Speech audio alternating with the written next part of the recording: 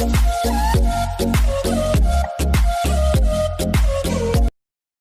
Everyone, welcome to AVS desk think big learn advance.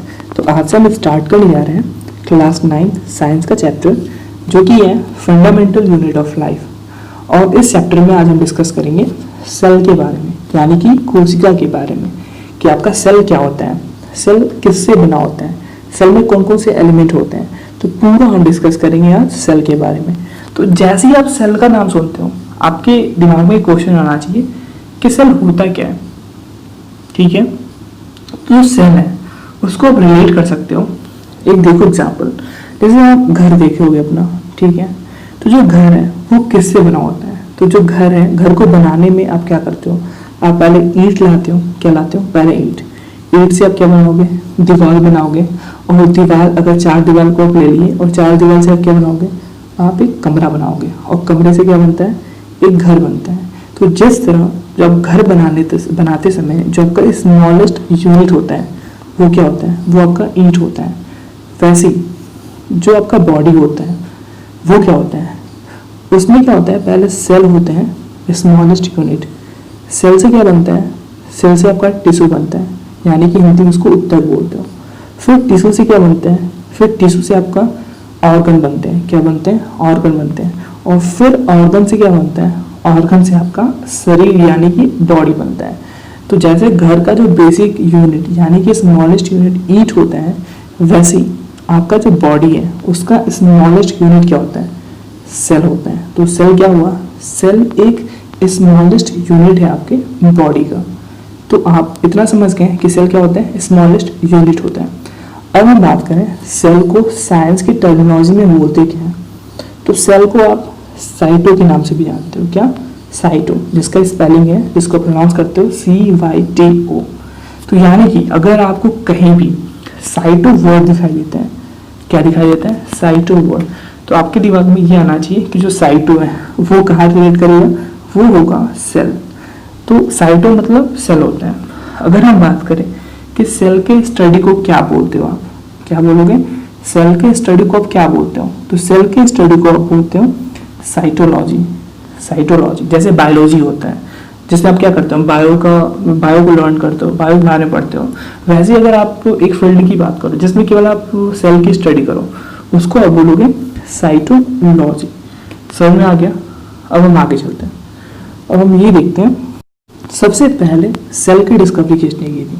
तो सबसे पहले सेल की डिस्कवरी एक साइंटिस्ट थे जिनका नाम क्या था, रॉबर्ट हुक। क्या नाम था? Robert Hooke. इन्होंने सेल का डिस्कवर किया था। लेकिन आप एक पॉइंट याद रखना कि जो इन्होंने सेल को डिस्कवर किया था वो कैसा था, वो मरा हुआ था। यानी कि ये पहले व्यक्ति थे जिन्होंने सेल को डिस्कवर किया था, लेकिन वो क्या था, वो मरा हुआ था, वो जिंदा नहीं था। अब इसको मैं याद करने के लिए एक ट्रिक बताता हूँ कि अगर आपको याद ये रखना हो कि सेल की डिस्कवरी किसने की तो आप कैसे याद कर सकते हो। तो आप देखो कि अगर आपके डेली लाइफ में अगर आपको किसी छोटी चीज़ को निकालना होता है, क्या निकालना होता है, छोटी चीज़ को निकालना होता है, तो आप किसका यूज़ लेते हो, आप हुक का यूज़ करते हो, हुक का। ठीक है, तो उसी से रिलेट करना कि जो आपका सेल है वो भी स्मॉलेस्ट यूनिट है, तो उसकी डिस्कवरी किसने की होगी, रॉबर्ट हुक ने, क्योंकि इनके भी नाम में क्या है, हुक है। तो आप दोनों से रिलेट कर लेना। ये आपका निमोनिक्स हो गया, जिससे आप काफ़ी लंबे टर्म तक याद कर सकते हो कि सेल की डिस्कवरी किसने की थी, रॉबर्ट हुक।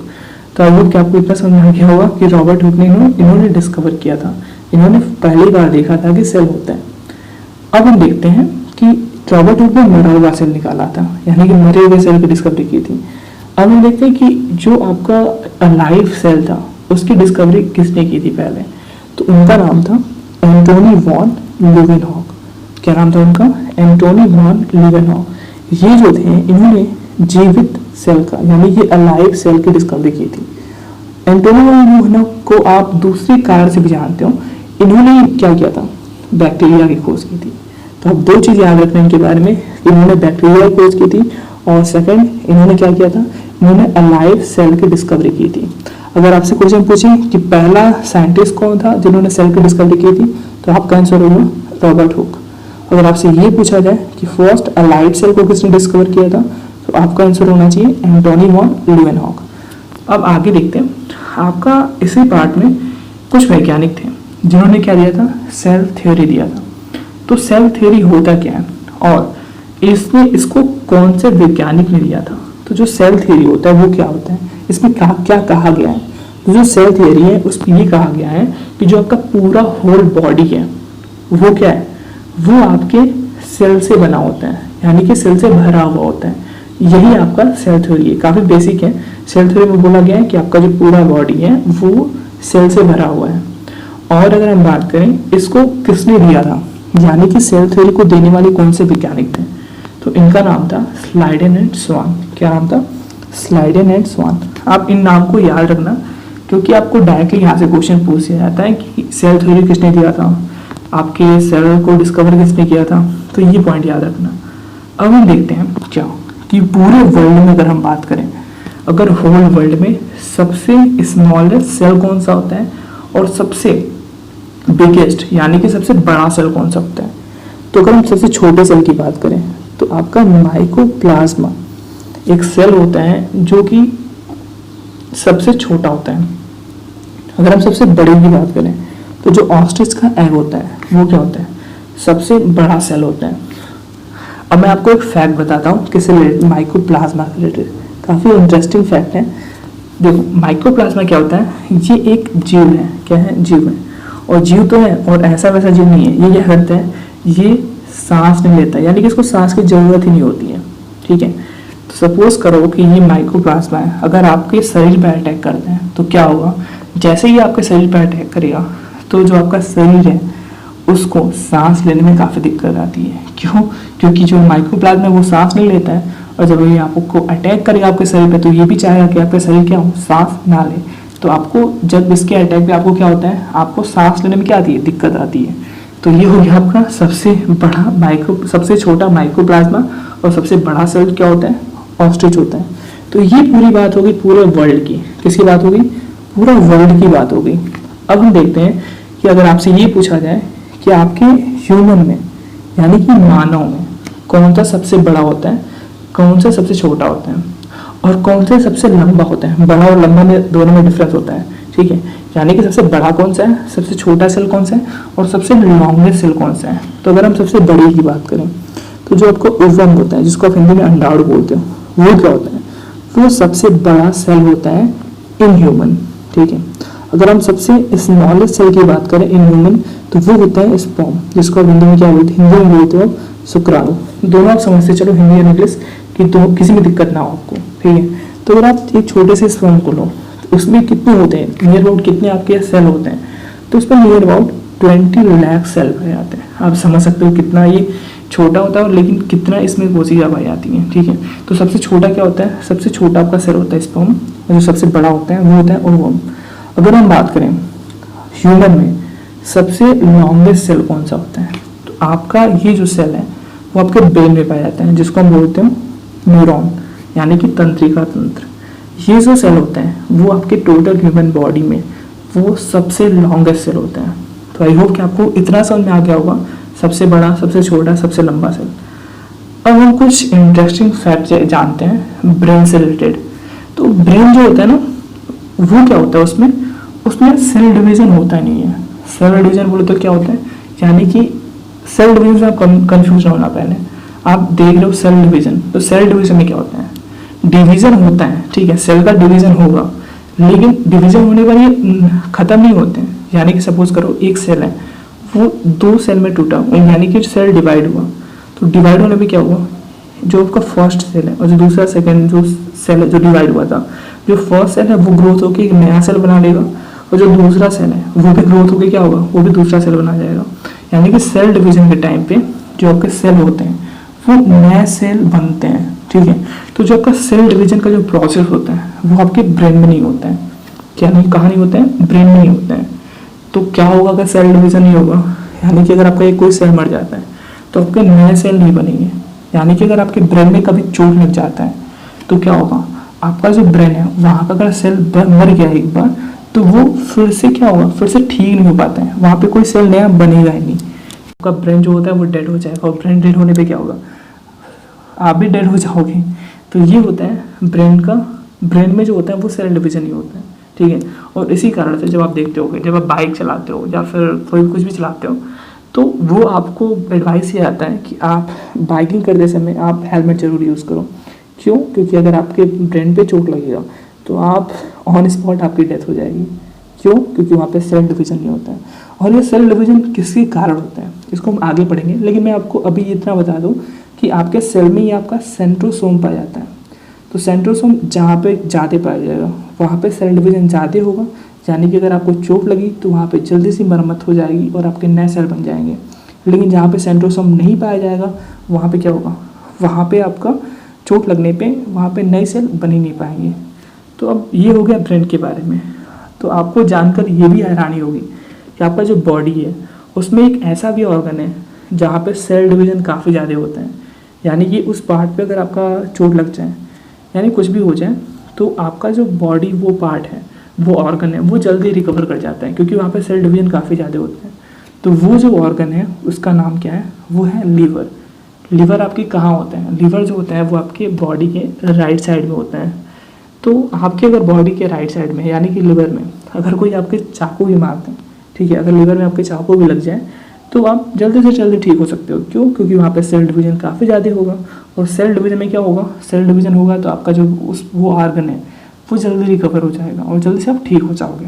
तो आप याद रखना कि जो आपका ब्रेन है उसमें सेल डिवीज़न ना के बराबर होता है, जिसके कारण आप उसकी ऊपर चोट लगने पे आपकी डेथ हो सकती है।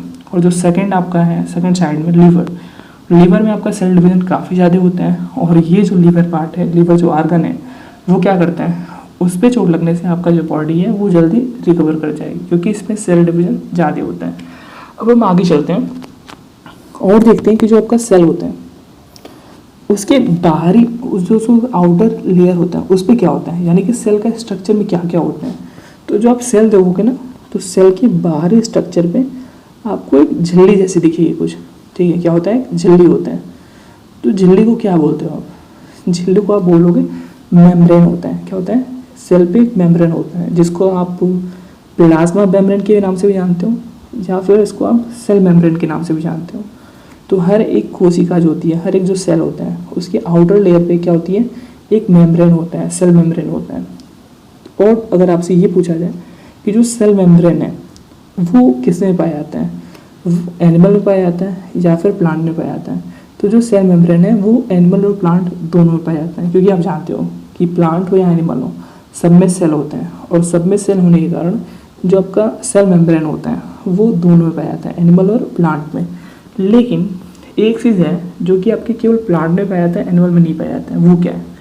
तो आप देखोगे जैसे ही जो आपके प्लांट के जो सेल होते हैं उन पे जो आपका सेल है उसके ऊपर एक तो लेयर होता है किसका, सेल मेम्ब्रेन पाया जाता है, और उसके ऊपर एक और लेयर होता है, ठीक है, क्या होता है, एक और लेयर होता है सेल मेम्ब्रेन के ऊपर, जो कि किस नाम से जाना जाता है, इसको आप सेल वॉल के नाम से जानते हो। किसके नाम से?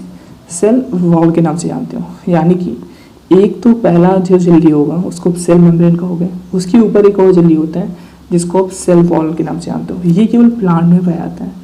क्यों पाया जाता है? क्योंकि आप अगर एनिमल की बात करो यानी कि ह्यूमन की बात करो तो उसकी जो सेल होती हैं उसके प्रोटेक्शन के लिए एक ही झिल्ली काफ़ी होती है, यानी कि उसमें केवल सेल मेम्ब्रेन होते हैं। जो आपका प्लांट होते हैं उसके सेल को प्रोटेक्शन करने के लिए वो काफ़ी सेल बड़ा होता है, तो उसके प्रोटेक्शन के लिए आपको ड्यूअल झिल्ली की ज़रूरत होती है, जिसको आप क्या जानते हो, सेल वॉल होता है। आप उसको एक एग्जांपल की तरह समझो। सपोज करो आप कुछ सामान लेने के लिए मार्केट में जा रहे हो। कहाँ जा रहे हो? मार्केट में जा रहे हो कुछ सामान लेने के लिए। तो आप एक सामान हल्का ले रहे हो, एक सामान भारी ले रहे हो। तो जैसे ही आप दुकानदार के पास जाओगे और जैसे ही आपने हल्का सामान खरीदा तो वो क्या करना, जिसका वेट कम हो तो वो आपको क्या करेगा, आपके सामान को एक कोई प्लास्टिक लेगा, एक झिल्ली लेगा और उसमें आपको दे देगा जो आपका हल्का सामान है। और वैसे ही अगर आपने कोई भारी सामान लिया तो क्या करता है आपका जो दुकानदार होता है वो एक प्लास्टिक का यूज़ ना करते हुए आपको दो झिल्ली के साथ उसको पैक करके देता है, जिससे कि आपका जो भारी जो सामान है उसकी प्रोटेक्शन हो सके। तो वैसे ही आपका जो प्लांट होते हैं, प्लांट में आपके ड्यूअल झिल्ली होती हैं, दो झिल्ली होती हैं। पहला सेल मेम्ब्रेन होता है, जो दूसरा होता है वो होता है सेल वॉल। अब आपको यहाँ पे एक चीज़ याद रखनी है कि जो आपका सेल मेम्ब्रेन होता है, जो आपके एनिमल और प्लांट दोनों में पाया जाता है, वो किससे मिलके बना होता है? तो वो आपका प्रोटीन से बना होता है। किससे बना होता है? वो आपका प्रोटीन से मिलके बना होता है।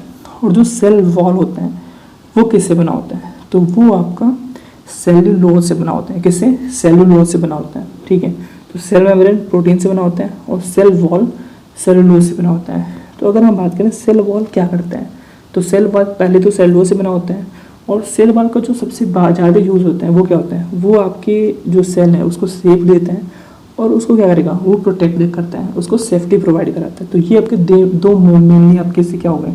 एडवांटेज हो गए सेल वॉल के। ठीक है, और मैं आपको एक इंटरेस्टिंग फैक्ट बता दूँ, जो आपका जो कागज़ होता है, यानी कि जो आपका पेपर होता है और जो आपका नोट होता है, वो भी आपके किसका यूज़ होकर बनते हैं? वो आपके सेल वॉल, यानी कि जो सेल वॉल होता है सेलुलोज, उससे आपका बना होता है कागज़ और नोट। ठीक है, क्या होता है? जो आपका सेलुलोज होता है उसी से आपका कागज़ और नोट बनता है, और सेलुलोज से ही क्या करते हैं हम अपने लिए कपड़े बनाते हैं। ठीक है, जो आपके सेलुलोज से क्या करते हैं हम धागे निकालते हैं और उससे अपना कपड़ा बनाते हैं। तो उन्हीं से तो हम अपना डुअल प्रोडक्शन कर लेते हैं। एक तो हमारा सेल क्या हो गया, एक तो सेल मेम्ब्रेन हो गया, और सेलुलोज से हम कपड़े पहन लेते हैं, तो जिससे हम पूरा प्रोटेक्ट हो जाते हैं। लेकिन ये सब चीज़ें, ये जो फैसिलिटी है वो आपके प्लांट में नहीं होते हैं, उसीलिए उनके सेल को एक्स्ट्रा सेफ्टी की ज़रूरत होती है। और उसके लिए क्या होता है? एक अलग आपका लेयर होता है, एक अलग झिल्ली होती है जिसको आप सेल वॉल के नाम से जानते हो, और ये केवल आपके प्लांट में ही पाया जाता है, ये आपके एनिमल में नहीं पाया जाता है। तो आई होप कि आपको इतना समझ में आ गया होगा।